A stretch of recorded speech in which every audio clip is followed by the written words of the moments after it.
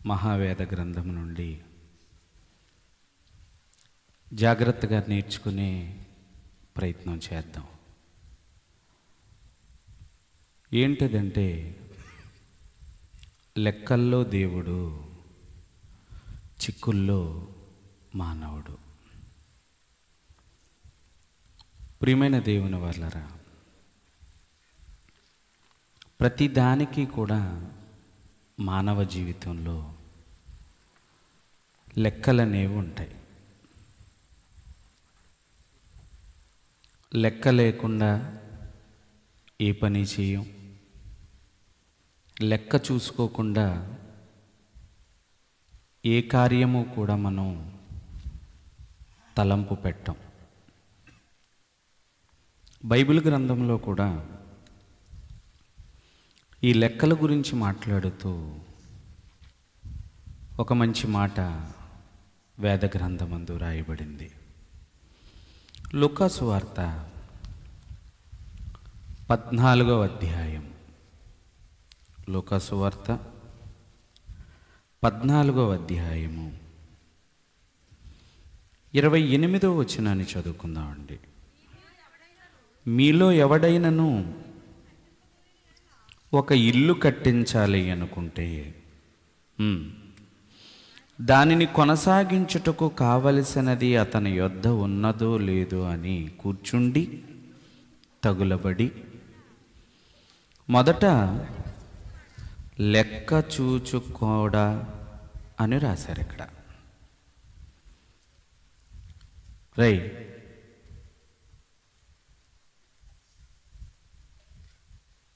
ఎవరైనా ఒకరు ఏదైనా ఒకటి నిర్మించాలి, ఒకటి కట్టాలి అనుకుంటే మొదట దాని గురించి ఏం చేస్తారట? లెక్క చూసుకుంటారు. లెక్క, ప్రతిదానికి లెక్క, ప్రతి విషయానికి లెక్క. మీ అబ్బాయికి 10 రూపాయలు ఇచ్చారనుకోండి, ఆ 10 రూపాయల గురించి మళ్ళీ మీరేమడుగుతారు?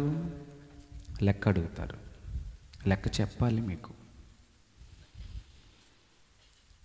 మనిషి ప్రతిదీ కూడా లెక్కలు వేసుకునే బ్రతుకుతాడు. లెక్కలు వేసుకోకుండా బ్రతికితే జోబిలో ఒక 5,000 రూపాయలు పెట్టుకున్నాడు. మళ్ళీ తిరిగి ఇంటికి వచ్చిన తర్వాత ఆ 5,000 రూపాయల్లో ఎంత ఖర్చు పెట్టాడు, దేనికి ఖర్చు పెట్టాడు, ఖర్చు పెట్టగా ఇంకా ఎన్ని పైసలు మిగిలాయో ఆ ప్రతిదానికి కూడా ఏముండాలి? లెక్క ఉండాలి. అలా చక్కగా లెక్క చూసుకుని, లెక్క రాసుకుని, ఇంకా జాగ్రత్త పరులైతే వారు నెల నెల ఎంత ఖర్చు పెడుతున్నారో, కరెంటు బిల్లు ఎంత కడుతున్నారో,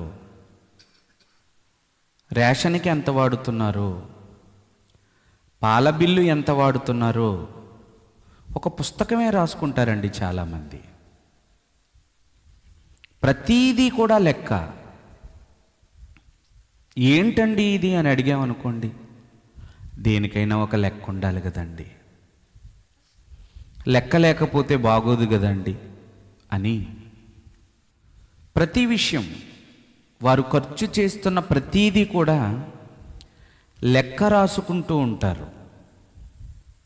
అప్పుడు అలాంటి వారిని మనం చూసి అంటూ ఉంటాం, ఇండియా వాళ్ళకి ఎంత జాగ్రత్త అండి,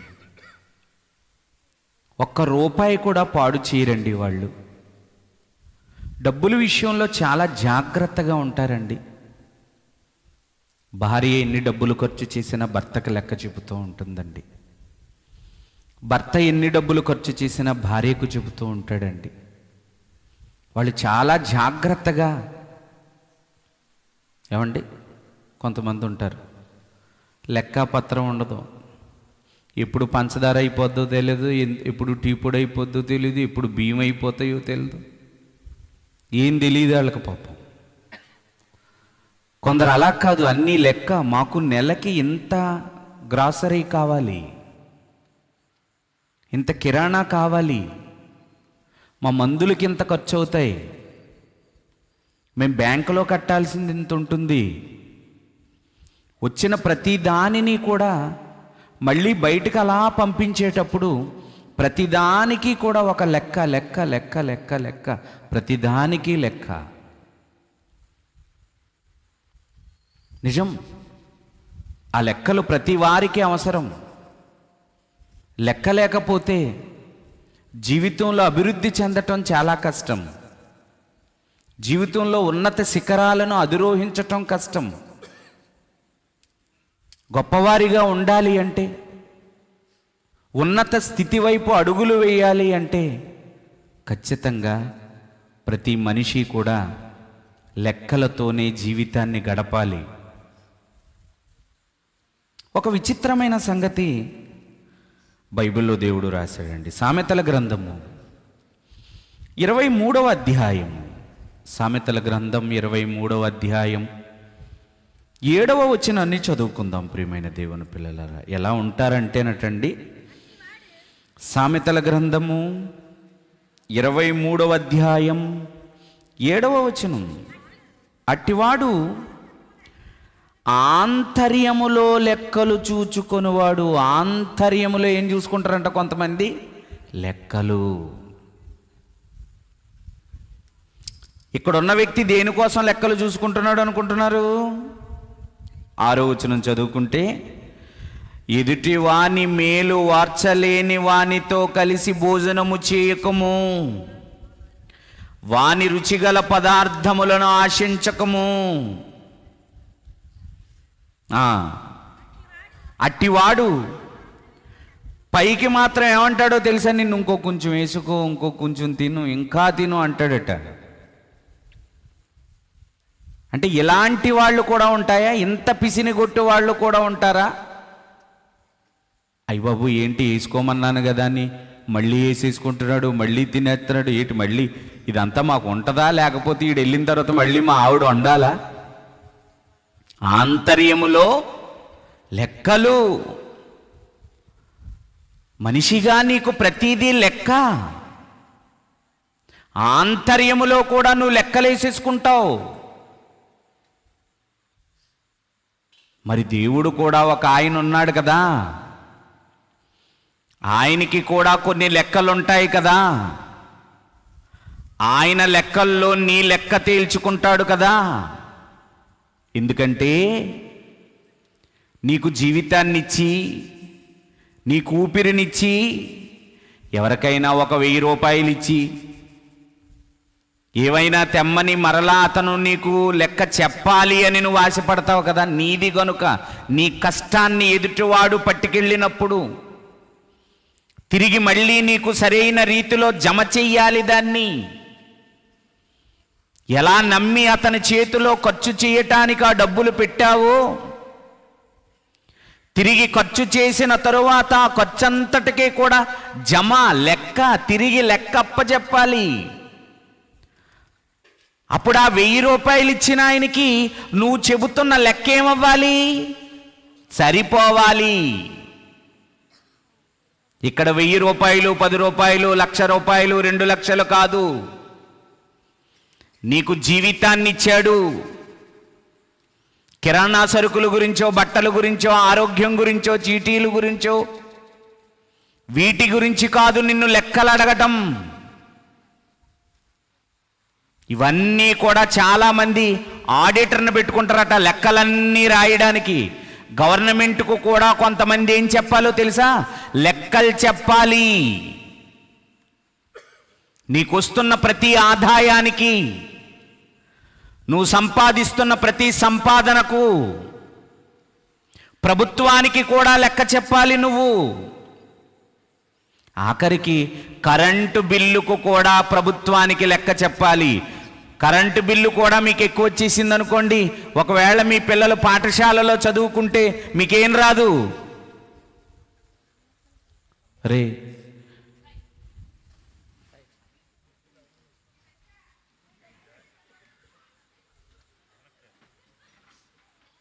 ఎక్కడున్నామండి? అమ్మ ఒడి రావాలి అంటే కరెంటు బిల్లు కూడా ఇన్ని యూనిట్లని ప్రభుత్వం నిర్ణయించింది. నీకు రేపు పొద్దుట బిల్లు వచ్చేటప్పుడు ఆ ప్రభుత్వం నిర్ణయించిన దానికి ఏం చేయాలి? అక్కడ లెక్క సరిపోకుండా నువ్వు అప్లై చేసావు అనుకో, ఆన్లైన్లో రిజెక్ట్ కొట్టేద్దనమాట. ఏంట్రా అంటే ఏమీ లేదండి, 4 యూనిట్లు తేడా వచ్చిందట. 4 యూనిట్ల అంటే ప్రభుత్వ లెక్కలతో నీ కరెంటు లెక్కలు ఏమైపోలేదు, సరిపోలేదు. లెక్కల్లో తేడాలు వస్తే ఎలా ఉంటాయి? ఒక బాబు ఉన్నాడు బళ్ళారిలో, ఊరి పేరే అడిగి పేరు వచ్చేసింది అనమాట. ఏం పేరు? బళ్ళారి బాబు. ఆయనకి కూడా ప్రభుత్వం ఈ ఐరన్ ఉండే మట్టిని తవ్వుకునే గనులకు పర్మిషన్ ఇచ్చిందట. ఇచ్చిన దానికంటే ఎక్కువ ఏం చేసిరైనా తవ్వేసిరండి. ఇక ప్రభుత్వం లెక్కలు చూసుకునేటప్పటికి ప్రభుత్వ లెక్కలు కూడా దాటేసింది. అది బంగారు కుర్చీ, బంగారు కంచం, బంగారు మగ్గు, బంగారు బెల్టు, బంగారు కిరీటం.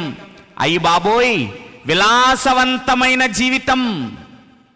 బళ్ళారి నుంచి బెంగళూరు వరకు హెలికాప్టర్లో ఏం తాగడానికి వెళ్ళాడంట బాబు? టీ తాగడానికా? ఏమండి, ఎవడైనా మీకు మధ్యదారిలో కనపడరే ఎక్కడికి వెళ్ళి వస్తున్నావు అన్నావు అనుకో, అత్తిలి టీ తాగడానికి వెళ్ళాను అన్నావు అనుకో, ఎంత హాస్యాస్పదంగా నవ్వుతావు. కానీ వాడికి ఉన్న కెపాసిటీకి ఎక్కడికి వెళ్ళి టీ తాగొస్తున్నాడట. ఇలా విలాసవంతంగా బ్రతుకుతున్న బాబుకి ఒకరోజు ఇన్కమ్ ట్యాక్స్ ఆఫీసర్స్ డోర్ తట్టారు. అయ్యా, మీరు మా దగ్గర పెట్టిన లెక్కలకి, మీ గురించి మా దగ్గరున్న లెక్కలకి తేడాలు వచ్చేయండి, కనుక ఒకసారి మీ లెక్కలన్నీ మాకు చూపించండి అని తెల్లవారుజామునే ఆయన ఇంటి ముందు కూర్చున్నారటండి. కానీ ప్రభుత్వం దగ్గరున్న లెక్కలకి ఆయన దగ్గరున్న లెక్కలకి ఏమవలేదు, సరిపోలేదు. అప్పుడు ఈ బాబు కొన్ని సంవత్సరాల పాటు ఎక్కడున్నాడు అంటే, మనుషుల లెక్కల్లోనే మనుషుల లెక్కలు సరిపోకపోతే ఎక్కడికి వెళ్ళిపోవాలి?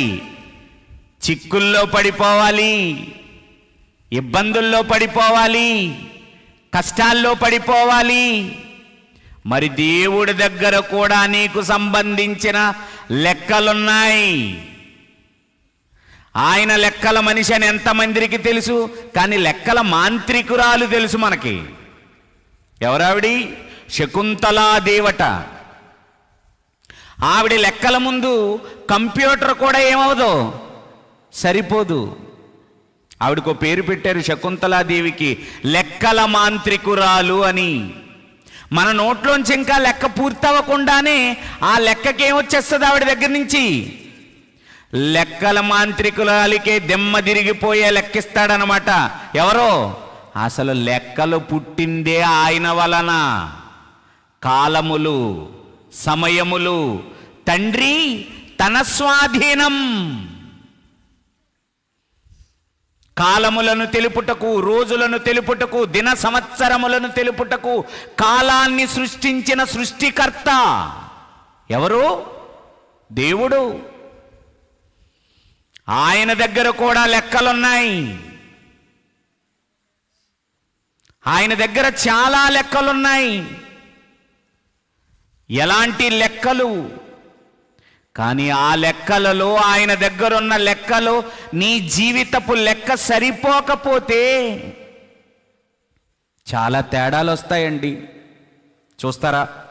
కీర్తనల గ్రంథం 56వ అధ్యాయం 8వ వచనం. కీర్తనల గ్రంథము 56వ అధ్యాయము 8వ వచనం. నా సంచారములను నీవు లెక్కించి ఉన్నావు.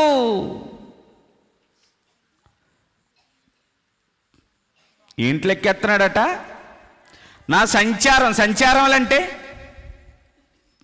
నువ్వు పుట్టిన దగ్గర నుంచి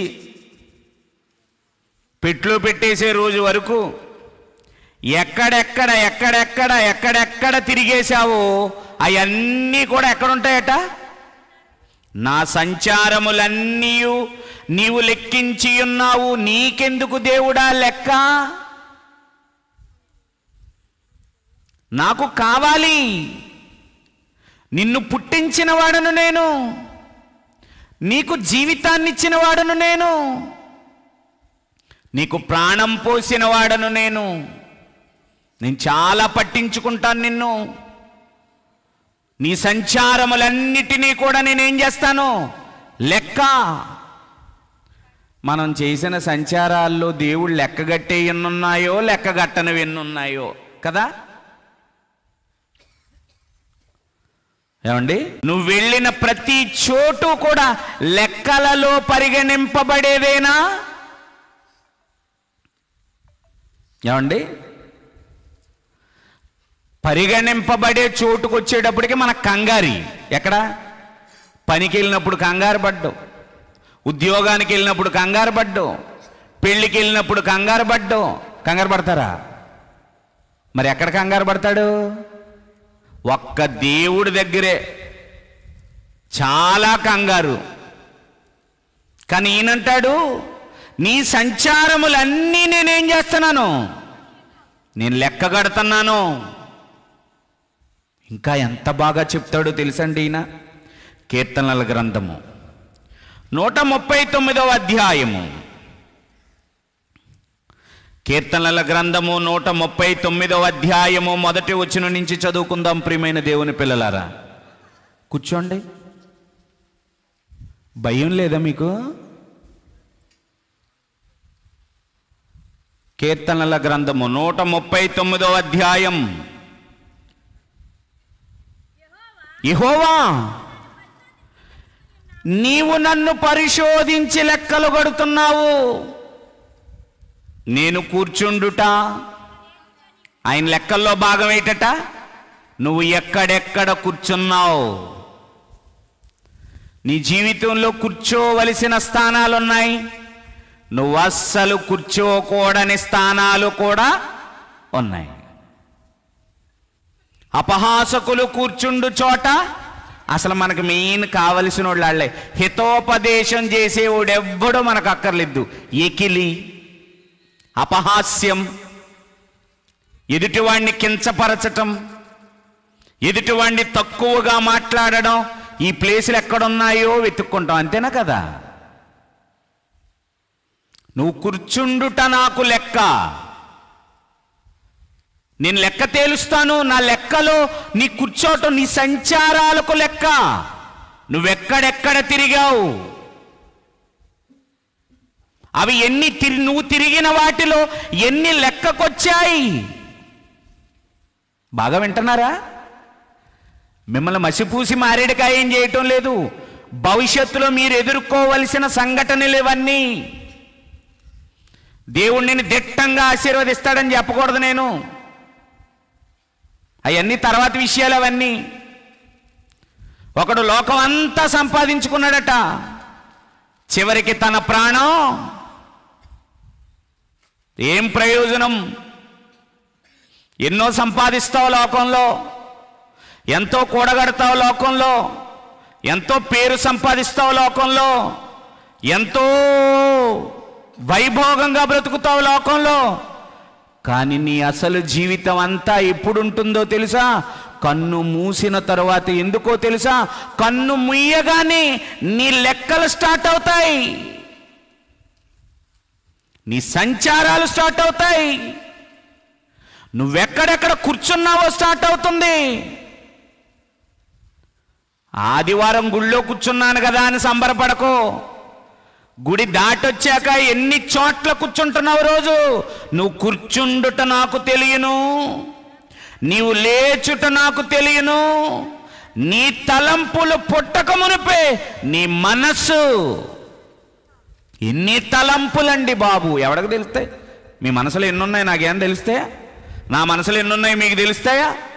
ఎన్ని రైట్ ఆలోచనలు నీ మదిలో ఉన్నవి. బాగా వినాలి. లెక్కలు అవి తేడాలు వస్తే దేవుళ్ళో చిక్కులు. నీ సంచారముల విషయమై నువ్వు జాగ్రత్త. లెక్క చెప్పాలి నువ్వు ఎక్కడెక్కడ సంచరించావో. వెళ్ళిపోయానండి, వచ్చేసానండి అనకండి. ఉపయోగకరమైనవి నీ సంచారములు లెక్క, నువ్వు కూర్చోవటం లెక్క, నువ్వు లేచుట లెక్క, నీ తలంపులు నీ పొట్టక మునిపే అవి నాకు ముందే ఎన్ని మంచి తలంపులు నీకు పుడుతున్నాయి. అసలు మనలో మంచి పుడతాయా? ముందు మైనస్ పుట్టిన తర్వాత అప్పుడు ఎప్పుడుకో వస్తుంది. జ్ఞానోదయం ముందు అవదు. మనకి బుద్ధి రావాలంటే ఏమవ్వాలి? ఎవరం రావాలంటే ఏమవ్వాలట? సవరం అవ్వాలి. మనకి చేతులు కాలిన తర్వాత కానీ గుర్తురాదు మనకేం పట్టుకోవాలని. కానీ దేవుడు ఎంత గొప్పవాడో తెలుసా?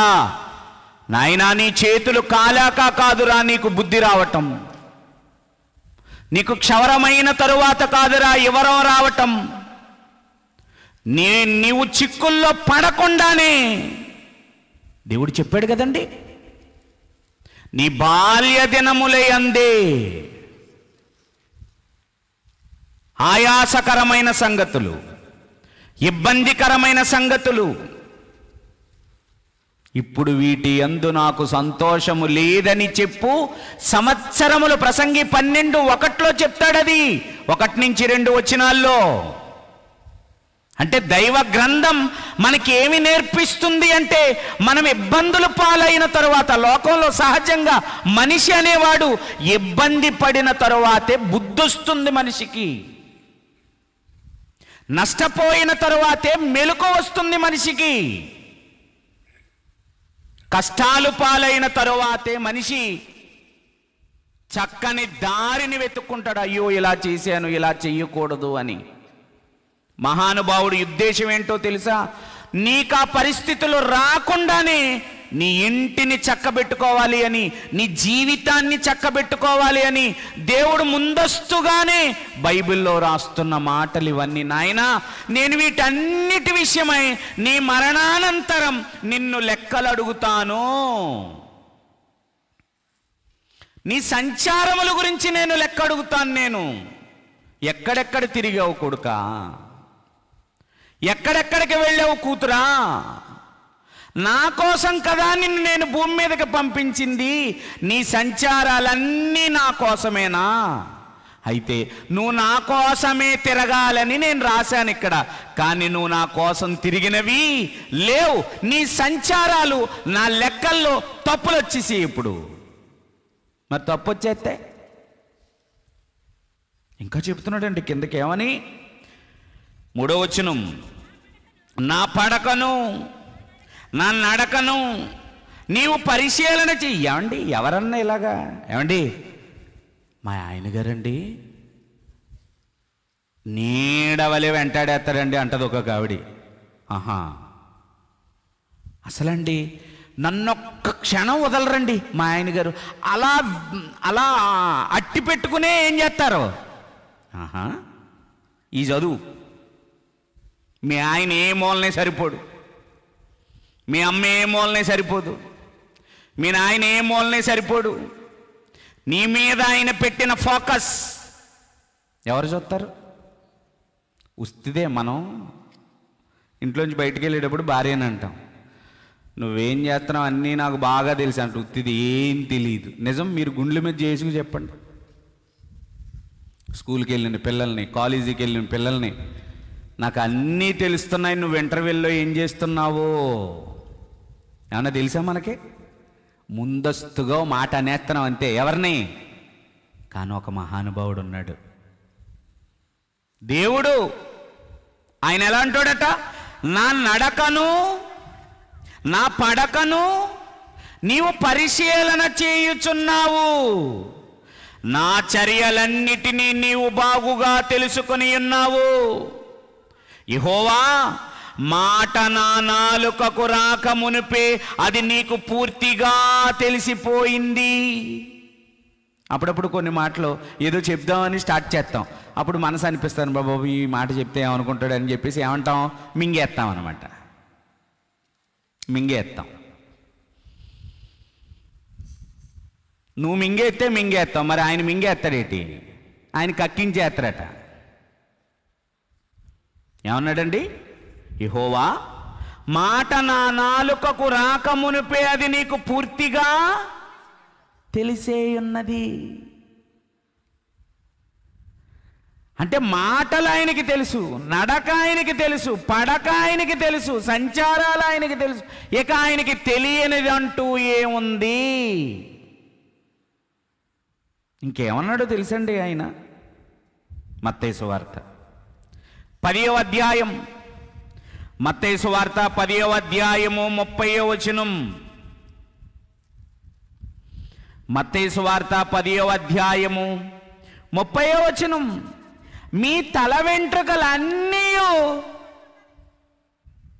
మీరెవరన్నా లెక్కెట్టుకోగలరా మీ తల వెంట్రుకలు అన్నీ అన్నాడంటే ఏంటో తెలుసా? నువ్వు పుట్టినప్పటి నుంచి చచ్చిపోయేంత వరకు ఎన్ని మొలిచాయో, ఎన్ని ఊడిపోయాయో అన్నీ కూడా ఆయనకేంటి? లెక్కల మాంత్రికురాలని కంప్యూటర్ కంటే ముందుగా చెప్పేస్తుంది కదా ఈ శకుంతలాదేవి. ఆవిడికి దెమ్మ తిరిగిపోయే లెక్కోటి ఎత్తాడనమాట. ఏమనో తెలుసా? అమ్మ శకుంతలాదేవి, నీ నెత్తి మీద ఎన్ని ఎంట్రుకలు ఉన్నాయి చెప్పమ్మా అంటాడు. తెలుసా? మీకు చాలా లెక్కలు తెలుసు, కానీ మీ నెత్తి మీద ఎన్ని ఎంట్రుకలు ఉన్నాయో మీకు. కానీ భగవంతుడు కట మీ తల వెంట్రుకలు అన్నీ ఏమైపోయాయి? నీకు తల వెంట్రుకలు లెక్క. ఇంకేమన్నారో తెలుసండి? ఇంకేమన్నారో చూస్తారా ప్రియమైన దేవుని పిల్లలారా?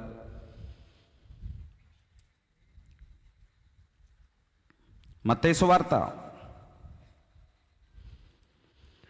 12వ అధ్యాయం 36వ వచనం.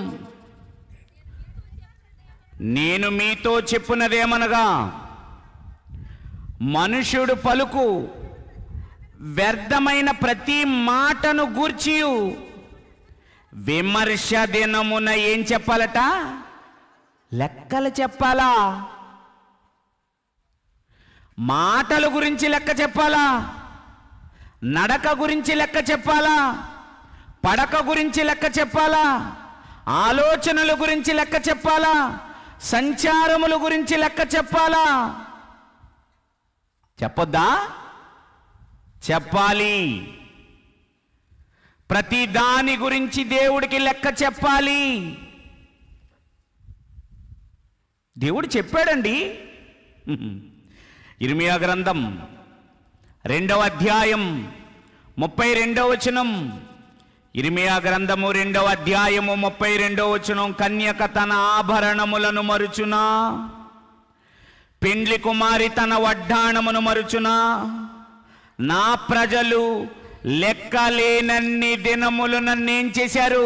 నువ్వెన్ని దినాలు ఆయనను మరిచిపోయావో కూడా ఆయనకు.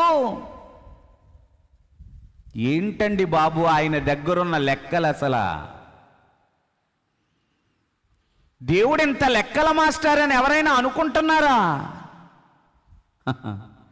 దేవుణ్ణి ఎవ్వరూ పరిగణలోనికి తీసుకోవటం లేదండి. దేవుడి గురించి ఎవ్వరూ ఆలోచించటం లేదండి. ఏమంటున్నాడండి? నా ప్రజలు లెక్కలేనన్ని దినములు నన్ను ఏం చేశారు? మరిచిపోయారు. నీ మాటలు లెక్క. నువ్వు ఆయనతో ఎన్నిసార్లు దగ్గరగా ఉన్నావో, ఎన్నిసార్లు ఆయనను విడిచిపెట్టేశావో కూడా ఆయనకు. నువ్వు వెళ్ళగానే చెప్పేస్తాడట నీకు, బాబు నువ్వు నన్ను ఎన్నిసార్లు హత్తుకొని ఉన్నావో, ఎన్నిసార్లు ఎంత దూరంగా ఉన్నావో కూడా చెప్తాడట. మీకేమన్నా గుర్తుందా? ఎవరి గురించి? దేవుణ్ణి ఎప్పుడైనా మర్చిపోయానేమో అన్న ఫీలింగ్ మనకి ఎప్పుడైనా కలుగుద్దా? ఆయన అడుగుతున్నాడండి, లెక్కలేనన్ని మార్లు మీరు నన్ను ఏం చేశారు? నువ్వెప్పుడెప్పుడు ఆయనకు దగ్గరగా ఉంటున్నావో, ఎప్పుడెప్పుడు ఆయనకు దూరం అయిపోతున్నావో అవన్నీ ఆయనకి లెక్కలట. అందుకేనండి తీవ్రమైన అగ్ని అండి, అది వేడిమి గల అగ్ని అండి. అందుకే ఆ ధనవంతుడు అక్కడికి వెళ్ళిపోయిన వెంటనే అన్నాడు, ఈ అగ్ని జ్వాలలలో నేను యాతన. అయ్యి బాబోయ్, భలే తీక్షణంగా ఉంటుందట. అందులో బ్రతకడానికే ఉండదు. ఆ అగ్నిలో ఆ పురుగు బ్రతకదు, చచ్చిపోదు. యుగ యుగాలు. ఏంటెంత కఠినమైన శిక్ష!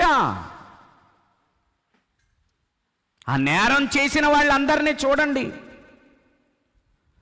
కఠిన కారాగార శిక్ష అంటారు చూసారా? ఒకసారి వెళ్ళండి, అక్కడే బాత్రూమ్ ఉంటుంది, అక్కడే బాత్రూమ్, అక్కడే తిండి, అక్కడే పడక. కనీసం కొంతమందికి విధించిన శిక్షలలో కనీసం లైట్ కూడా ఏం చేయదట, టక్ టక్ మని కొట్టి ఆ ప్లేట్ని అలా తోస్తారట. లెక్కలు చాలా తేడాలు వచ్చేయండి,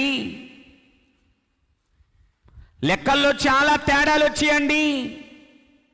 ఆ లెక్కల్లో తేడాలు వచ్చినప్పుడు చాలా తీక్షణమైన శిక్షలండి.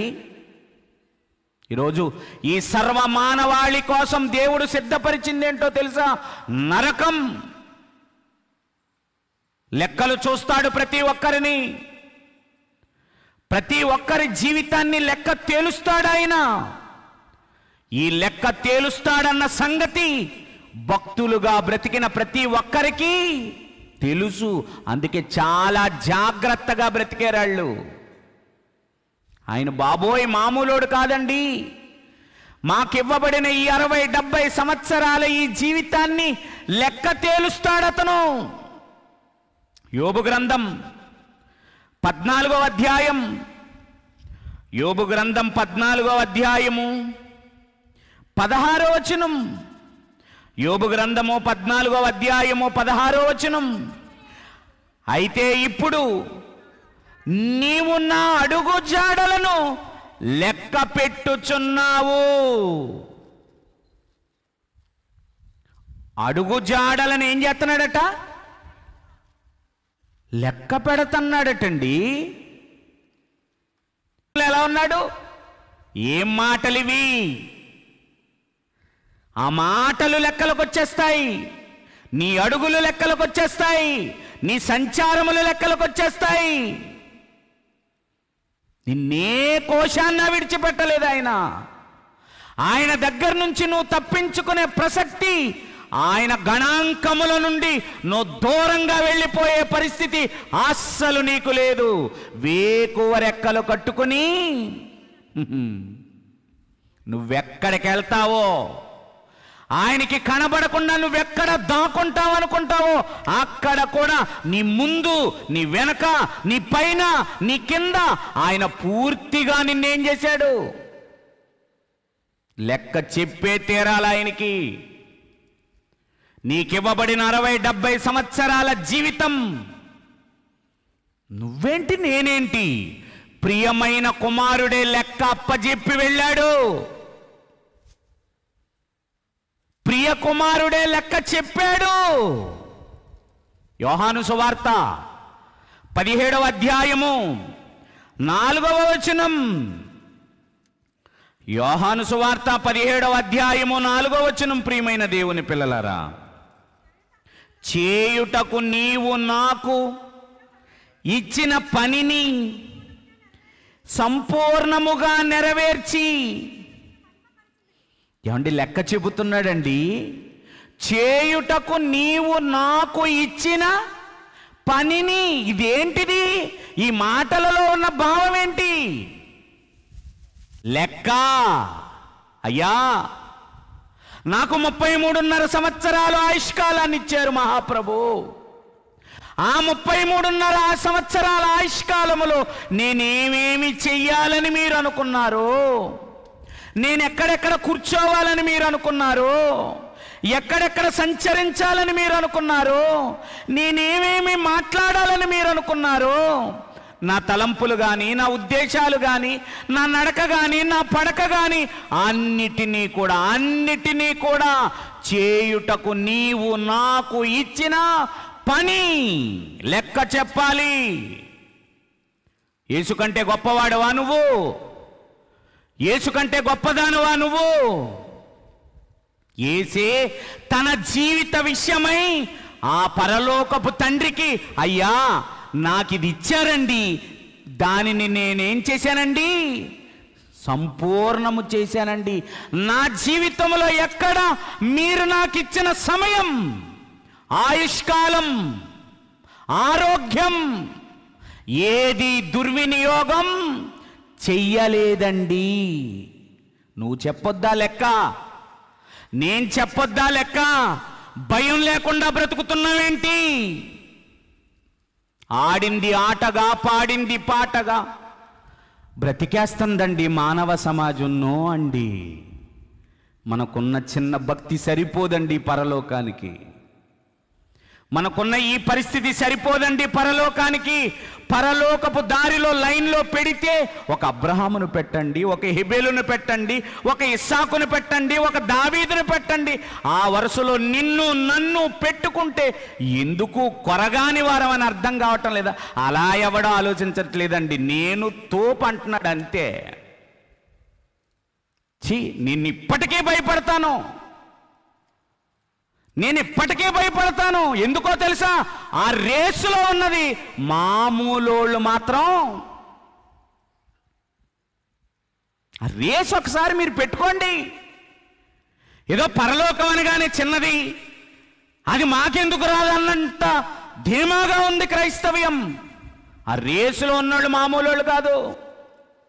అబ్రహామును పెట్టక్కడ, దావీదును పెట్టక్కడ, మోషేను పెట్టక్కడ, పౌలును పెట్టక్కడ, స్టెఫెన్ను పెట్టక్కడ. అప్పుడు నువ్వు వెనకాల నుంచో. మనవాళ్ళు ఎలాంటి వాళ్ళు అంటే, నేను వాళ్ళకంటే ముందు ఉంటానండి. అలా ఎప్పుడూ తింగర ఆలోచనలు చేసుకోకు. వాళ్ళందరినీ పెట్టుకో వరుసగా. అందుకే చెప్పాడు, శ్రమానుభవమునకు ఓపికకును భక్తులను ఎలా పెట్టుకోమన్నాడు? ఎలా పెట్టుకోమన్నాడు? చూడండి, యాకోబు రాసిన పత్రిక 5వ అధ్యాయం ఎన్నో వచనమండి? యాకోబు రాసిన పత్రిక 5వ అధ్యాయము 11వ వచనం, 10వ వచనం చదువుకుందామండి. నా సహోదరులారా, ప్రభునామమును బోధించిన ప్రవక్తలను ఎవరిని పెట్టుకోవాలి మాదిరి?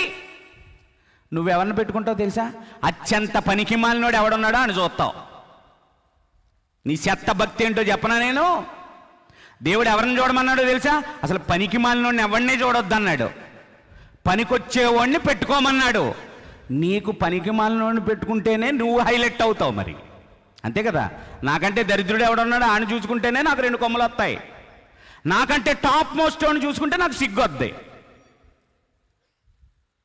అర్థమా లేదా మీకు? దేవుడిని ఎవరిని పెట్టుకోమన్నాడు? నేను అడుగుతున్నాను, అది చెప్పండి మీరు. నాకు వాక్యం తర్వాత చదువుతుంది, నేను చాలాసార్లు చదువుకున్నాను దాన్ని. మనకంటే బాగా టాప్ మోస్ట్ వాడిని పెట్టుకోమన్నాడా? మనం ఏమన్నా పెట్టుకుంటాం తెలుసా? చర్చికి వచ్చి సిగరెట్ కాల్ చేస్తాడు చూసా, ఆడిని పెట్టుకుంటా. అమ్మయ్య, నేను జాన్సన్ గారిలా కాదు, నేను తాతారావు గారిలా అస్సలే. ఎందుకంటే కొంచెం వాళ్ళు చిన్న మిస్టేక్స్ అన్నా ఉన్నాయి, కానీ నాలో మాత్రం ఏది? ఒరే దుర్మార్గుడా, దుష్టుడా, పనికిమాలినోడా, నీచుడా. నిన్న కింద స్థాయిని చూడమనలేదు. ఎవరిని చూడమన్నాడు? ప్రవక్తలు. పౌలు గారిని పెట్టు ఒకసారి, పక్కన నువ్వు నీ ఫోటో పెట్టుకో. స్టెఫెన్ గారిని పెట్టు, పక్కన నీ ఫోటోని పెట్టు. అబ్రహాం గారిని పెట్టు, పక్కన నీ ఫోటో. అయ్యి బాబు, మీరు వాళ్ళ గురించి చెప్పకండి బాబా. వాళ్ళు ఎక్కడండి, మనం ఎక్కడండి? మరి ఈ పనికి మనల్ని ఎలా తీసుకుంటున్నావు? మరి ఆడైతేనే నీ ఎలిజిబిలిటీకి అన్నిటికీ కరెక్ట్గా ఏమవుతాడు? మరి నువ్వు ఇచ్చినోడు కదా, నిన్ను నువ్వు హెచ్చించుకోవాలంటే అవును చూడాలి నువ్వు. బైబిల్ అలా చెప్పలేదు బిడ్డా. బైబిల్ ఏం చెప్పిందో తెలుసా? నా ప్రియ సహోదరులారా, ప్రభునామమున బోధించిన ప్రవక్తలను శ్రమానుభవమునకును ఓపికకును మాదిరిగా పెట్టుకోండి. ఎవరిని? నువ్వు పరలోకం వెళ్ళాలనుకుంటున్నావా? నీకు మాదిరి ఎవరో తెలుసా? ఆల్రెడీ గెలిచి విజయం కోసం ఎదురు చూస్తున్న వాళ్ళని. మనం ఎంతసేపు పరుగు పందుల్లో ఉన్నోడిని చూస్తాం, పక్కన ఉండి ఆడికెందుకు, ఆడు పరిగెడుతున్నాడు, మనము పరిగెడుతున్నాం. బయలెక్క మనం ఏమనుకోవాలి తెలుసా? ఈడికంటే ముందు పరిగెట్టి నేను ఆ రిబ్బన్ని ఏం చేయాలి? మనం అలా అనుకో. జాన్సన్ గారు పరిగెడుతున్నాడా? బాగా పరిగెడుతున్నాడా? అక్కడక్కడ పడిపోతున్నాడా? లెక్కలండి. ఎవరి లెక్కలో? దేవుని లెక్కలో. ఆ లెక్కలకి తన కుమారుడైన ప్రియ కుమారుడే లెక్క చెప్పుకుంటున్నాడు తండ్రికి. లెక్క చెప్పాలటండి. రోమీయులకు రాసిన పత్రిక 4వ అధ్యాయం 12వ వచనం. క్షమించండి, రోమీయులకు రాసిన పత్రిక 14వ అధ్యాయము 12వ వచనం. ప్రియమైన దేవుని పిల్లలారా, ప్రతి నాలుకయు రోమీయులకు రాసిన పత్రిక 14వ అధ్యాయము 12వ వచనం.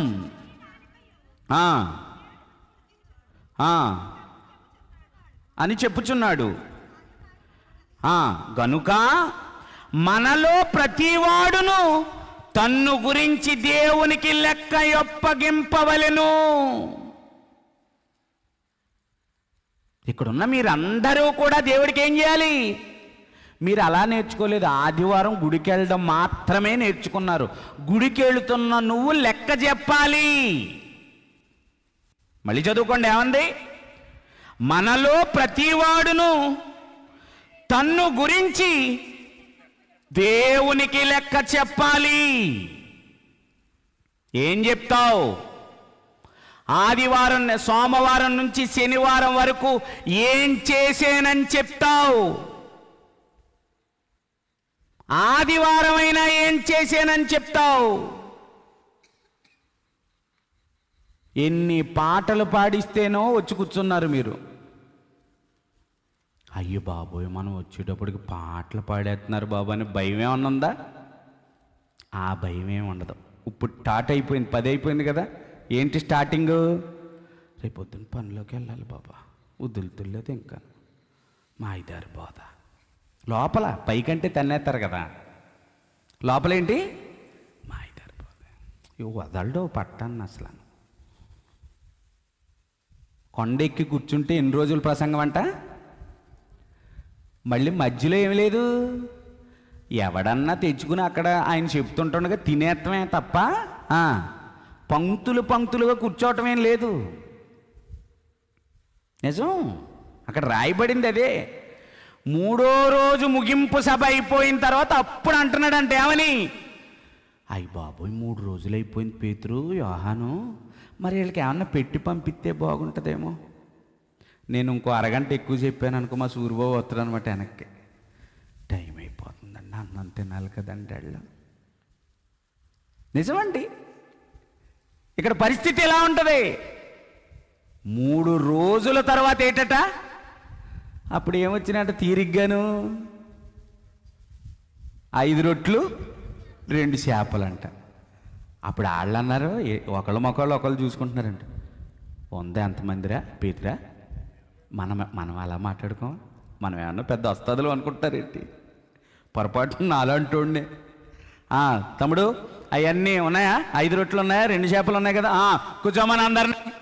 అలా బుద్ధి ఉందండి పాస్టర్ గారికి? అన్నీ ఇలాంటి తింగర పనులు చేస్తాను. ఎవరికి ఎడతాను చెప్పండి అయ్యా అని వాళ్ళల్లో కూడా వాళ్ళు అనుకునే ఉంటారు. అప్పుడు మరి పెద్దోడు కదా, అప్పుడప్పుడు నేను చెప్పింది కూడా మరి నచ్చినా నచ్చకపోయినా మా వాళ్ళు వింటూ ఉంటారు. ఆ రోజు కూడా యేసుప్రభు చెప్పింది పేతురికి నచ్చిందో నచ్చలేదో నాకు తెలియదు, కానీ కూర్చోబెట్టారటండి. అప్పుడు దాకా భోజనం లేదా? అలా ఆస్వాదించారు దేన్ని? వాక్యాన్ని. మళ్ళీ ఎక్కడ కూర్చున్నారు వాళ్ళు? మీరెక్కడ కూర్చున్నారు? మళ్ళీ ఆ కుర్చీ ఎలా తిరుగుతూ ఉంటుంది, ఆ కుర్చీ ఎలా తిరుగుతూ ఉంటుంది, ఆ కాలు వచ్చి ఈ కాలు మీద పడుతూ ఉంటుంది, ఈ కాలు వచ్చి ఆ కాలు మీద పడుతూ ఉంటుంది. కొంచెం వాడు జరుగు అని ఈ కాలు ఎలా సర్రని సాగుతూ ఉంటుంది. ఒక తిప్పలు కాదు మనకి ఇక్కడ. ఇవన్నీ ఎందుకో తెలుసా? లెక్క చెప్పాలన్న సంగతి మనకి నిజం. మనలో ప్రతి వాడును తన్ను గురించి, అంటే ఎవరి గురించి వాళ్ళకి దేవుడికి ఏం చెప్పాలి? మనం లెక్క చెప్పాలి. లెక్క చెప్పకపోతే ఎలా? లెక్క చెప్పాలంటండి. అందుకే చెబుతున్నాడు. ఏమని చెబుతున్నాడు ప్రియమైన దేవుని పిల్లలారా?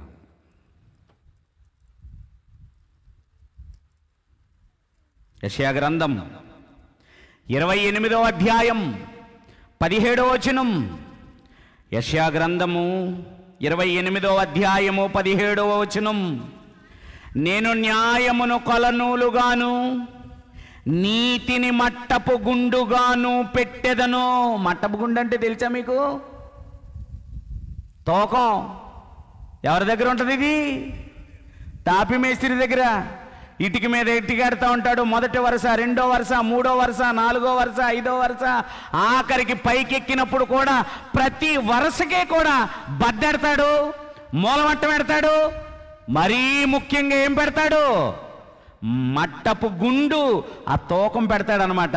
ఆ గుండు ఆ తూకానికి ఏమవ్వాలి? సరిపోవాలి. అంటే ఇప్పుడు దేవుడు మన మీద కూడా ఏం పెడతాడంట? గుండె.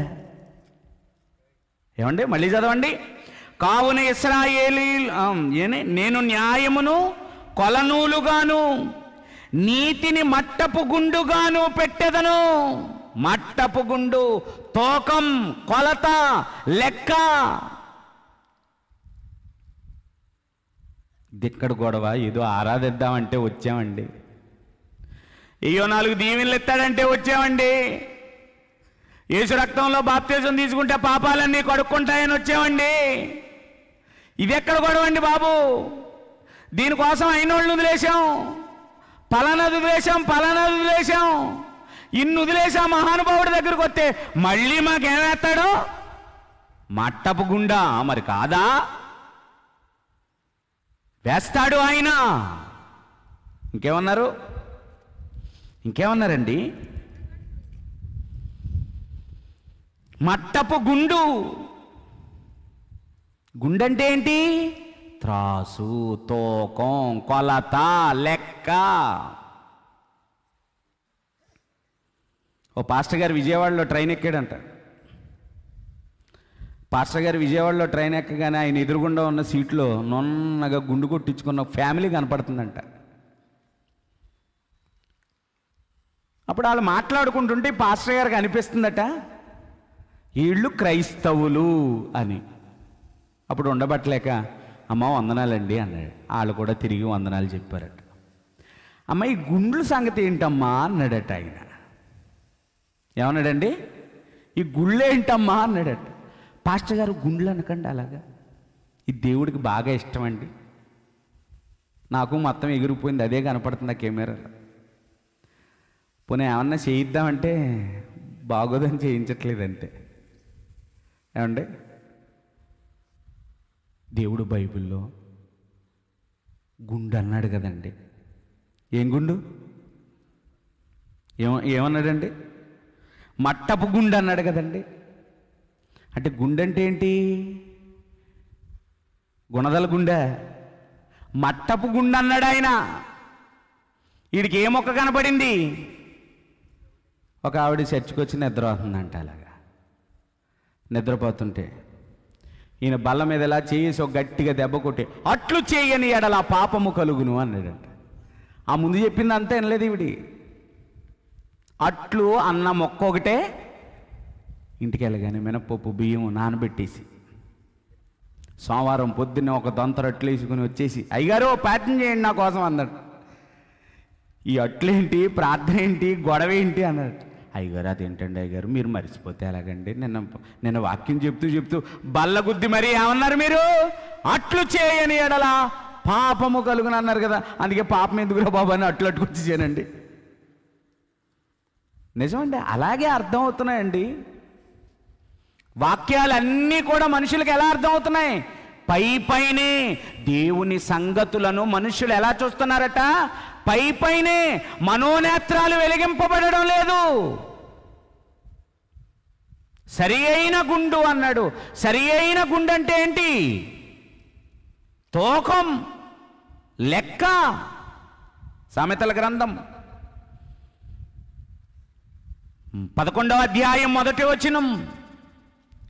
సామెతల గ్రంథం 11వ అధ్యాయము 1వ వచనం. దొంగ తాసు యెహోవాకు ఏయము, సరి అయిన గుండు. ఏ గుండు? మేరీమాత గుండా, గుణదల గుండా, గౌరీపట్నం గుండా, నీ తలకాయ గుండా? నీ తలకాయ గుండు కాదు, మట్టపు గుండు. ఏ గుండె ఎత్తనాడు? మట్టపు గుండు. ఆమోసు గ్రంథం 7వ అధ్యాయం. ఆ గుండె ఎలా పనిచేస్తుందో చెప్తున్నాడు. ముగిస్తాను. ఆమోసు గ్రంథం 7వ అధ్యాయము 7వ వచనం. మరియు యెహోవా తాను మట్టపు గుండు చేత పట్టుకుని గుండు పెట్టి చక్కగా కట్టబడిన ఒక గోడ మీద నిలువబడి ఇట్లు దర్శన రీతిగా నాకు కనబడెను.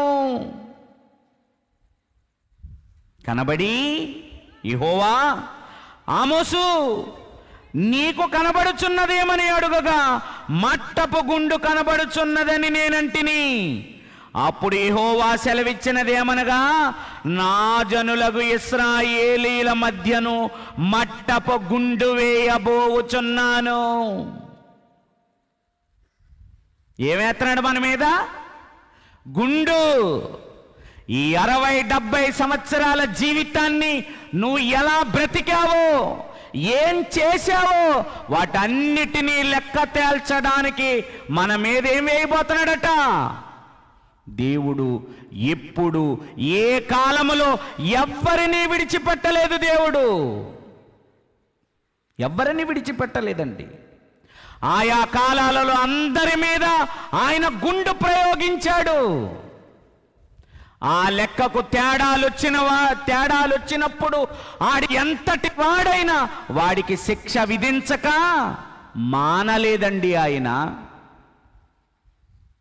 ఆ లెక్కకు రాజులు, ఆ లెక్కకు ప్రవక్తలు, ఆ లెక్కకు ఎవరైనా తలొగ్గాల్సిందే.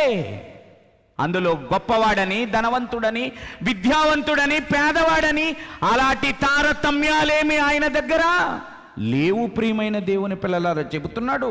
ఏమని చెబుతున్నాడు? యెహోవా, ఆమోసు, నీకు కనబడుచున్నదేమి? నన్ను అడుగగా, మట్టపు గుండు కనబడుచున్నదని నేనంటిని. అప్పుడు యెహోవా సెలవిచ్చినదేమనగా, నా జనులకు ఇశ్రాయేలీల మధ్యను మట్టపు గుండు నేనేం చేస్తున్నాను? లెక్క చూసుకోబోతున్నాను. దాని అర్థం అది, లెక్క తేల్చుతున్నాను. గుండు అలా పెడతాడు. ఒక ఇటుకి, 2 ఇటుకలు.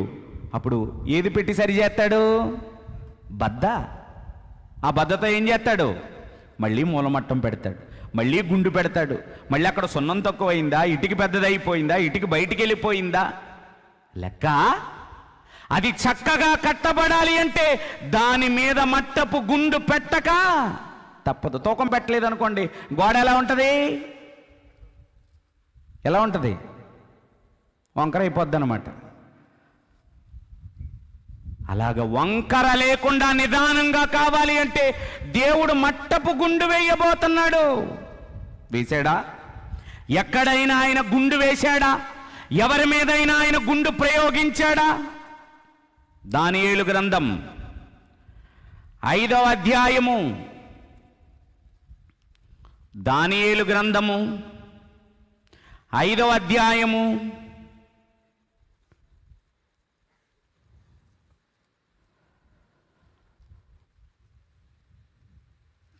22వ వచనం నుంచి చదువుకుందామండి. దానియేలు గ్రంథము 5వ అధ్యాయము 22వ వచనం. బెల్షాజరు, అతని కుమారుడవగు నీవు ఈ సంగతి అంతయు ఎరిగి ఉండియు నీ మనస్సును అణుచుకొనక పరలోకమందున్న ప్రభువు మీద నిన్ను నీవు హెచ్చించుకొంటివి. ఎట్లనగా, నీవును నీ అధిపతులను, నీ రాణులను, నీ ఉపపత్నులను దేవుని ఆలయ సంబంధమగు ఉపకరణములలో ద్రాక్షారసము ప్రోసి తాగవలెనని వాటిని తెచ్చి ఇంచుకొని వాటిలో త్రాగుచూ చూడనైనను విననైనను గ్రహింపనైనను చేతకాని వెండి బంగార ఎత్తడి ఇనుము కర్ర రాయి అని వాటితో చేయబడిన దేవతలను స్తుతించితిరి గాని నీ ప్రాణమును నీ సకల మార్గములను ఏ దేవుని వశములో ఉన్నవో ఆయనను నీవు గణపరచలేదు. కావున ఆయన ఎదుట నుండి ఈ అరచేయి వచ్చి ఈ వ్రాతను వ్రాసిన శాసనమేమనగా మెనే మెనే టెకెల్ ఉఫార్సిస్. ఈ వాక్య భావమేమనగా, మినే అనగా దేవుడు నీ ప్రభుత్వ విషయముల లెక్క చూచి, దేవుడు ఏం చేశాడట? లెక్క చూచి. రాజునే వదిలిపెట్టలేదంటే మనల్ని వదిలిపెడతాడా?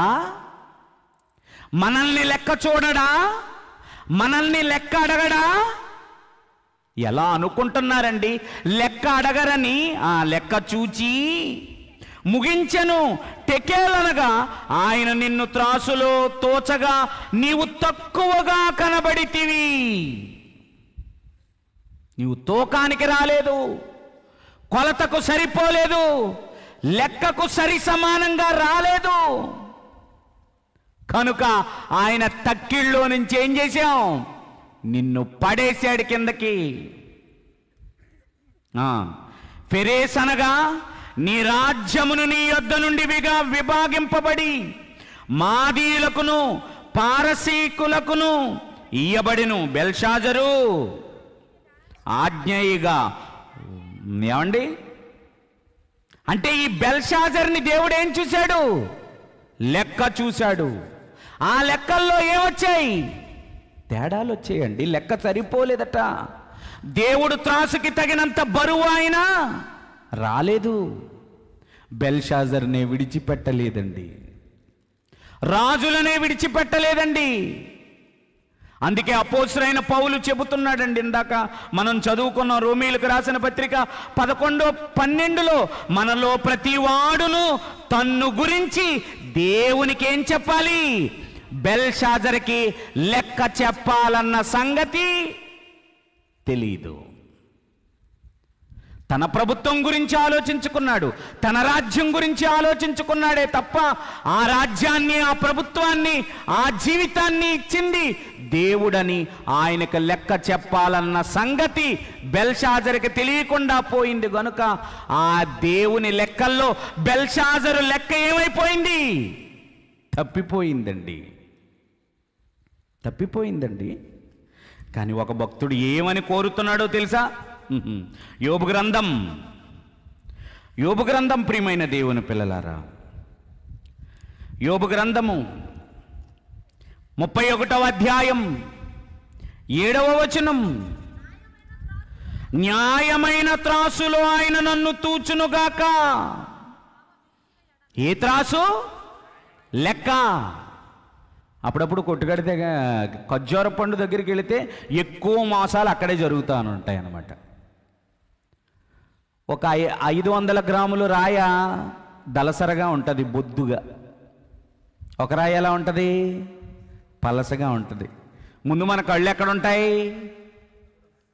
ఏటు బాబు ఈ రాయేటి తేడాగా ఉంది. న్యాయమైన త్రాసు. ఏమంటున్నాడండి ఆయన? న్యాయమైన త్రాసులో ఆయన నన్ను తూచునుగాక. ఏ త్రాసులో? న్యాయమైన త్రాసులో. యోబు గ్రంథం 6వ అధ్యాయం 1వ వచనం నుండి. యోబు గ్రంథం 6వ అధ్యాయం 1వ వచనం నుండి. యోబు ఇట్లని ప్రత్యుత్తరం ఇచ్చెను, నా దుఃఖము చక్కగా తోచబడును కదా గాక, దాన్ని సరిచూచుటకై నాకు వచ్చిన ఆపద త్రాసులో పెట్టబడును గాక. ఎక్కడ పెడతాడు? నీకు వచ్చిన బాధ, నీకు వచ్చిన కష్టం, ప్రతి దానిని కూడా నువ్వు అనుభవిస్తే దాన్ని ఎక్కడ పెడతాడాయన? న్యాయమైన త్రాసులో చక్కగా తోస్తాడాయన. ఆయన తూసినప్పుడు రావలసినంత బరువు నువ్వు రావాలి, రావలసినంత బరువు నువ్వు రావాలి అండి. కానీ బరువు వచ్చేలాగున్నామా? బరువు తేలిపోయేలాగున్నామా చెప్పండి? దేవుడు అంటున్నాడు, చూద్దాం ఒక మంచి మాట. మత్తయి సువార్త 18వ అధ్యాయం 23వ వచనం. మత్తయి సువార్త 18వ అధ్యాయం 23వ వచనం. ప్రియమైన దేవుని పిల్లలారా, కావున పరలోక రాజ్యము తన దాసుల యొద్ద లెక్క చూచుకొన గోరిన ఒక రాజుని. పరలోక రాజ్యం దేంతో పోలుందంట? లెక్క. లెక్కలు సరిపోయిన వాళ్ళు మాత్రమే అందులో ప్రవేశిస్తారు. లెక్కల్లో తేడాలు వచ్చినాయి అంటే అందులో ప్రవేశించడానికి మన వల్ల. ఒకడికి 2 ఇచ్చాడు, ఒకడికి 5 ఇచ్చాడు, ఒకడికి 1 ఇచ్చాడు, దూరదేశం పోయాడు. ఆయన యాత్రలన్నీ ముగించుకుని మళ్ళీ వచ్చాడు. ఆయన ఇచ్చిన వాటిలందరినీ మళ్ళీ పిలిచాడు. ఒరేయ్, మీకు వెళ్ళేటప్పుడు 2 ఇచ్చాను కదా ఒకడికి, 5 ఇచ్చాను కదా ఒకడికి, 1 ఇచ్చాను కదా ఒకడికి, వాళ్ళందరినీ పిలవండి. వచ్చాడు. ఎవరు? 5 పుచ్చుకున్నవాడు. అయ్యా, మీరు నన్ను ప్రేమించి 5 ఇచ్చారయ్యా, మరి లెక్కేట్రా? 5కు బళా, నువ్వు తోకానికి వచ్చావు. మరి నెక్స్ట్ వాడేడ్రా? అయ్యా, నాకు 2. మరి నువ్వేం చేశావు? 2కు 2 బళా, తోకానికి వచ్చింది. అసలైనోడు వచ్చాడు. ఇప్పుడు ఎవరాడు? మనమే. నిందలు, అపనిందలు, అవహేళనలు, చిత్ర విచిత్రమైన ప్రేలాపనలు ఎవరి మీద? నువ్వెత్తని చోట కోయివాడు, నువ్వు మామూలుడు కాదు. కనుక నీ సంగతి నాకు బాగా తెలిసి, నువ్వు కఠినుడు అన్న సంగతి నాకు బాగా తెలిసి, నీ లెక్కలు తేడా లెక్కలని నాకు తెలిసి, ఇదంతా నువ్వు వెళ్ళిపోయిన వెంటనే నేను గొయ్యి తీసి ఏం చేశాను? పెట్టేశాను అనగానే సూపర్ రా అన్నడా? అనడా? సోమరివైనా చెడ్డదాసుడా, ఈడి కాళ్ళు చేతులు కట్టేసి ఎక్కడ పడేయండి? ఆ కటిక చీకట్లో పడేయండి. ఎందుకు? వాడు కాళ్ళు చేతులు కట్టి ఎందుకు ఆ చీకట్లో పడేశారు? దేవుడు లెక్కలో వాడి లెక్క ఏమైపోలేదు, సరిపోలేదండి. ఆయనకి లెక్క చెప్పాలన్న సంగతి వాడు ఎరుగలేదండి. మనలో ప్రతి వాడు దేవుడికి ఏం చేయాలి? లెక్క చెప్పాలి.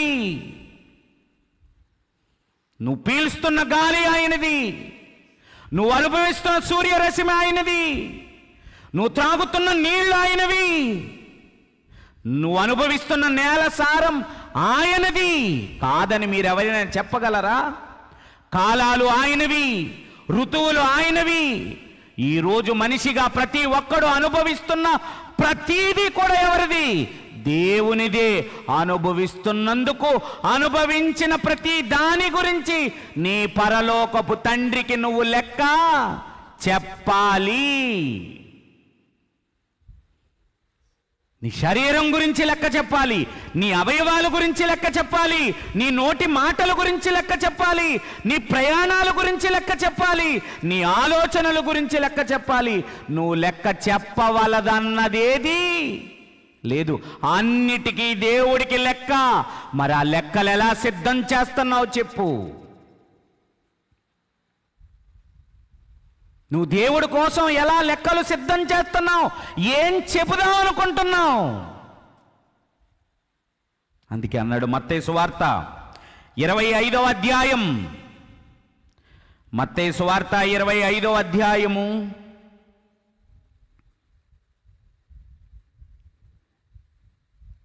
19వ వచనం నుంచి, బహుకాలమైన తరువాత దాసులు యజమానుడు వచ్చి వారి యొద్ద లెక్క చూచుకొనెను. అప్పుడు 5 తలాంతులు తీసుకొనిన వాడు మరి 5 తలాంతులు తెచ్చి, అయ్యా, నీవు నాకు 5 తలాంతులు అప్పగించితివే, అవియుగాక మరి 5 తలాంతులు సంపాదించితినని చెప్పెను. అతని యజమానుడు, బలా నమ్మకమైన మంచి దాసుడా, నీవు ఈ కొంచెములో నమ్మకముగా ఉంటివి గనుక నిన్ను అనేకమైన వాటి మీద నియమించెదను, నీ యజమానుని సంతోషములో పాలు పొందుమని. ఎవరు యజమానుని సంతోషములో పాలు పొందేవారు? లెక్క సరిపెట్టినవారు. దేవుని లెక్కకు వారి లెక్కేమైపోవాలి? నీకిచ్చిన ఆయుష్కాలానికి, ఆయన నీ మీద పెట్టిన పనికి, రెండిటికి నువ్వు లెక్క. మన ఆయుష్కాలం ఏమో తరిగిపోతుంది, మనం చేయాల్సిన పనులేమో మిగిలిపోతున్నాయి. ఎలా లెక్క పూర్తవుతుంది? ఈ కొంచెములో నమ్మకముగా ఉన్నావు గనుక నీ యజమానుని సంతోషములో నువ్వేం చేయి? లెక్క సరిపెట్టిన వాడికి సంతోషం, లెక్క సరిపెట్టిన వాడికి ఆనందం, లెక్క సరిపెట్టిన వాడికి పరలోక ప్రవేశం. ఇక కిందకి చదివితే, అలాగే 2 తలాంతులు తీసుకొనిన వాడు వచ్చి, అయ్యా, నీవు నాకు 2 తలాంతులు అప్పగించితివే, అవియుగాక మరి 2 తలాంతులు. అతని యజమానుడు, బలా నమ్మకమైన మంచి దాసుడా, నీవు ఈ కొంచెములో నమ్మకముగా ఉంటివి, నిన్ను అనేకమైన వాటి మీద యజమానునిగా నియమించెదను, నీ యజమానుని సంతోషములో పాలు పొందుమని అతనితో. తరువాత 1 తలాంతు తీసుకున్నవాడు వచ్చి, అయ్యా, లెక్క సరిపెడతాం మానేసి, ప్రభువా, నీ కోసం నేను ఎందుకు బ్రతకలేదంటే, ప్రభువా, మొన్నే ప్రభువా కిడ్నీలో 2 రాళ్ళు వచ్చాయి ప్రభువా, అరగంటకి నీళ్లు తాగమన్నారు ప్రభువా, సువార్తకి వెళ్తే ఎలా కుదురుద్ది ప్రభువా, కరెక్ట్గా 12 గంటలకే భోజనం చేసేయమన్నారు ప్రభువా నన్ను, మరి సేవకు వస్తే 12 గంటలకి భోజనం జాన్ ప్రసాద్ తిన్నివ్వడు ప్రభువా, మరి ఎలా రాను ప్రభువా, చచ్చిపోవటం ఎందుకని ఆరోగ్యాన్ని ఇంటికాడుండి కాపాడుకుంటున్నాను ప్రభువా. ప్రభువా, మా అమ్మాయి పెళ్ళిడికి వచ్చింది ప్రభువా, నాకు 2 అమ్మాయిలే ప్రభువా, నేను క్షణం తీరికగా ఉంటే ఎలా కుదురుతుంది చెప్పు ప్రభువా, కట్నాలు ఇవ్వాలి కదా, మంచి అబ్బాయిని చూసి నేను పెళ్లి చేయాలి కదా. తిరిగాను ప్రభువా, కష్టపడ్డాను ప్రభువా, ఒళ్ళంతా హోనం చేసుకున్నాను ప్రభువా. అయ్యో ప్రభువా, నా బాధ ఒకటి కాదు ప్రభువా, నీకు తెలియదు ప్రభువా. అదే ఈడు చెప్పిన ఎక్స్ట్రా కథ. ఈరోజు మనుషులు కూడా దేవుడికి చెబుతున్నవి ఎక్స్ట్రా కథలు. నువ్వు ఈ కథలేవి చెప్పడానికి నిన్ను పుట్టించలేదురా బిడ్డ. సత్క్రియలు చేయుటకై క్రీస్తు యేసునందు సృష్టింపబడిన వారమై ఆయన చేసిన. నువ్వు నిన్ను కథలు చెప్తావు, చీటీలు అంటావు, బోటీలు అంటావు, అవంటావు, ఇవంటావు, ఆరాధన ఎగ్గొడతావు, ప్రార్థన ఎగ్గొడతావు, సువార్తన ఎగ్గొడతావు, దేవుడి పని ఎగ్గొడతావు. మళ్ళీ నిందెవరి మీద వేస్తాడు? దేవుడా దేవుడా అని ఊరుగాల్లో దీపం పెడితే దేవుడు మాత్రం ఏం చేస్తాడండి? మనం వెళ్ళిపోవాలండి. దేవుడి పని గాలికి, అప్పుడు నిన్ను వదిలేస్తాడు గాలికి. వదలరేటి? పౌలు గారికి బొర తక్కువై పొద్దున మాటలేమో సువార్తకి వెళ్ళి రాత్రి మాటలు డేరాలు కుట్టుకుంటాం. మనకి తెలివితేటలు బాగా ఎక్కువైపోయి పొద్దునంతా అక్కడికి వెళ్ళిపోతున్నాం. పనికి వెళ్ళిపోయి ఇక్కడికి వచ్చి ఈ పక్కన ఉన్నాయనేమో, బెదర్ నిద్రపోకూడదు బెదర్, చెయ్యి, నేను నిద్ర ఉన్నాండి అసలు. మళ్ళీ అదొక కవరింగ్ ఒకటి. మళ్ళీ నేను అంటున్నాయి కదండి, ఒకవేళ నేను ఏంటండి ఆయన అలా మాట్లాడతాడండి అని మీరు అనుకుంటే నరకంలో ఏ పెడతా ఉంటారు కదా, అది ఎలా ఉంటుంది అప్పుడు? నేను సరి చేస్తానని ఈ మాటలు ఎందుకో తెలుసా? నీకు ఇవి పట్ట లెంపకాయల కింద తగిలేసి చెయ్యి అలా చెప్పాడు రా బాబు, బతకాలరా దేవుడికో, అలా అనిపించదు నీకు. ఈడెక్కడన్నా దొరికితే బాగుండు, అక్కడ ఈడు పీకి మనం ఏం చేయాలి? అక్కడ నలిపేసి గిలగిల గిలగిల గిలగిల గిలగిల గిలగిల గిల చేయాలి అనుకుంటాం. అంత పని ఏం అవదు నీ వల్ల. సార్ వచ్చారు ఇక్కడికి, ఏమన్నాడు? అటు తర్వాత 1 తలాంతు తీసుకునే వాడు వచ్చి, అయ్యా ఓ తండ్రి, నువ్వు ఎలాంటోడు అంటే, నీవు విత్తన చోట కోయవాడువు, నువ్వు చల్లని చోట పంట కూర్చుకునేవాడు నైనా కఠినుడు అని నేను ఎరుగుదును కనుక నేను భయపడి వెళ్ళి నీ తలాంతును భూమిలో దాచిపెట్టి తిని, ఇదిగో నీది, నీవు తీసుకొనమని ఏం చేశాడు? మొఖాన్ని ఆరేసాడంట పెద్ద హీరోగా. చాలా కారణాలు ఉండొచ్చు. నువ్వు దేవుడి కోసం బ్రతకకుండా నీకిష్టమైనట్టుగా బ్రతకడానికి నీ దగ్గర చాలా కారణాలు ఉండొచ్చు. నీ కారణాలేవి అతని దగ్గర చెల్లవు. ఆడు చెప్పిన ఒక్క కారణాన్ని పట్టించుకోలేదు, ఒక్కదానికి ఎక్స్ప్లెనేషన్ లేదు. వాళ్ళు చేసిన మంచి పనికి ఎక్స్ప్లెనేషన్ ఉంది. వాళ్ళతో తిరిగి మాట్లాడాడు. అప్పుడు ఏమన్నాడు తెలుసా? అందుకు అతని యజమానుడు వానిని చూచి, సోమరివైన చెడ్డదాసుడా, ఇంతకే నువ్వు బతకలేకపోవడానికి కారణం ఏంటో తెలుసురా? నేను మంచోళ్ళని కాదురా, నువ్వు సోమరుడురా. ఆడు సోమరుడు అని చెప్పుకుంటాం మానేసి నింద ఎవరి మీద వేస్తున్నాడు? దేవుడి మీద వేస్తున్నాడు, యజమానుడి మీద వేస్తున్నాడు. సోమరివైన చెడ్డదాసుడా, నేను విత్తని చోట కోయవాడును, చల్లని చోట పంట కూర్చుకొనివాడనని నీవెరుగుదువు కదా. అట్లయితే నీవు నా సొమ్మును సావుకారుల యొద్ద ఉంచవలసి ఉండెను. నేను వచ్చి వడ్డీతో కూడా నా సొమ్మును తీసుకొందునే అని చెప్పి ఆ తలాంతును వాని యొద్ద నుండి తీసివేసి 10 తలాంతులు గలవానికి ఇయుడి. కలిగిన ప్రతి వానికి ఇయ్యబడును, అతనికి సమృద్ధిగా కలుగును. లేని వాని యొద్ద నుండి వానికి కలిగినది మరియు పనికి మాలిన ఆ దాసుని వెలుపటి చీకటిలోనికి త్రోసివేయుడి. అక్కడ ఏడ్పును. లెక్కలు సరిపోతే యజమానుడితో పాటు నీకేముంటది? ఆనందం, సంతోషం. లెక్కల్లో తేడాలు వస్తే పండ్లు కొరుక్కోవటం. ఇప్పుడు మీరు చెప్పండి, మీ లెక్కలు ఎలాగున్నాయో ఇంటికి వెళ్ళిన తర్వాత ఒక సీటీ అట్టుకోండి. మనం మన కోసం అట్టుకోం, ఎవరి కోసం అట్టుకుంటాం? ఆవిడ వస్తుందే, ఎప్పుడు చూసినా నిద్ర వద్ది, ఓ పాట రాదు, ఓ మాట రాదు. ఎందుకు ఇవన్నీ? అసలు నీకు వచ్చు కదా, నువ్వు బాగా బాగుండు, నువ్వు అందరికంటే సూపర్ స్టార్ కదా, ఆ స్టార్ లాగుండు. చేతనైతే అవతల వాడిని నీ మంచితో ఏం చేయి? రే, నేను ఇలా ఉంటున్నాను కదా, నువ్వు కూడా ఇలా ఉండు అను. కించపరచుకో, బలహీనుని చేయకు, బలహీనురాలని చేయకు, బలము పొందేటట్టుగా చేయండి. నీ లెక్క దేవుని చట్టంలో సరిపోతే, నీ లెక్క దేవుని దృష్టిలో సరిగా ఉంటే ఆయనతో ఆనందం, నీ యజమానుని సంతోషములో నువ్వేం చేయి? బలా నమ్మకమైన మంచి దాసుడా, నీ లెక్క సరిపోలేదో కాళ్ళు చేతులు కట్టేసి ఎక్కడ పడేయండి.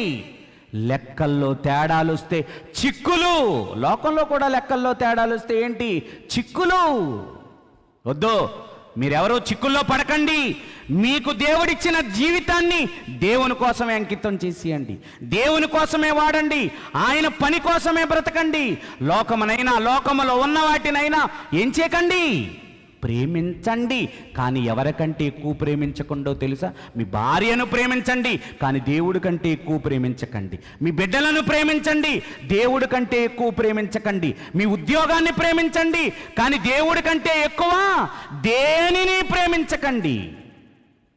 కానీ వచ్చిన చిక్కేంటంటే అన్నిటినీ ప్రేమిస్తాం, దేవుణ్ణి మాత్రమే. ఇది నీ లెక్కలకి తప్పైపోతుంది. ఈ లెక్కలు నిన్ను చిక్కుల్లో పెట్టేస్తాయి. కనుక జాగ్రత్త కలిగి, మనలో ప్రతి వారం మరణించిన తరువాత దేవుడికి లెక్క చెప్పవలసి ఉంది. కనుక మన యావత్ ప్రవర్తన అంతటినీ కూడా ఏం చేసుకోవాలి? మనం ఆయన త్రాసు న్యాయమైనది. యోబు గారు చెప్తాడు, నేను ఇసుక కంటే ఎక్కువ బరువు దేవుడు కాటాలో పెడితేనట ఆయన అనుకున్న దానికంటే ఎక్కువ బరువు రావాలని కోరుకుంటున్నారట. ఎవరు? నువ్వు. అప్పుడప్పుడు ఒక్కొక్కడు అనుకుంటాడు, ఎరే డాడీ నీకు ఫస్ట్ క్లాస్ వస్తుంది ఏంటా అంటే, ఊరుకో డాడీ పాస్ అవుతుంది గొప్పటి ఫస్ట్ క్లాస్ అంటావా? మనం ఎలా అనుకుంటాం తెలుసా? తోకానికి వస్తే చాలు.